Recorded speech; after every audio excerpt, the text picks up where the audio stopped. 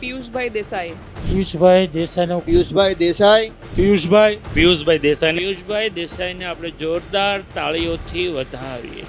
આ મિશનની અંદર અમે લોકો એક નવો ચાલુ કર્યું છે કે આની અંદર અમે જે દીકરીઓને 551 આજે આપ્યા છીએ, હવે આવતી ડિસેમ્બર મહિનામાં એક સાથે 2100 જેટલી દીકરીઓને આપવાના છીએ.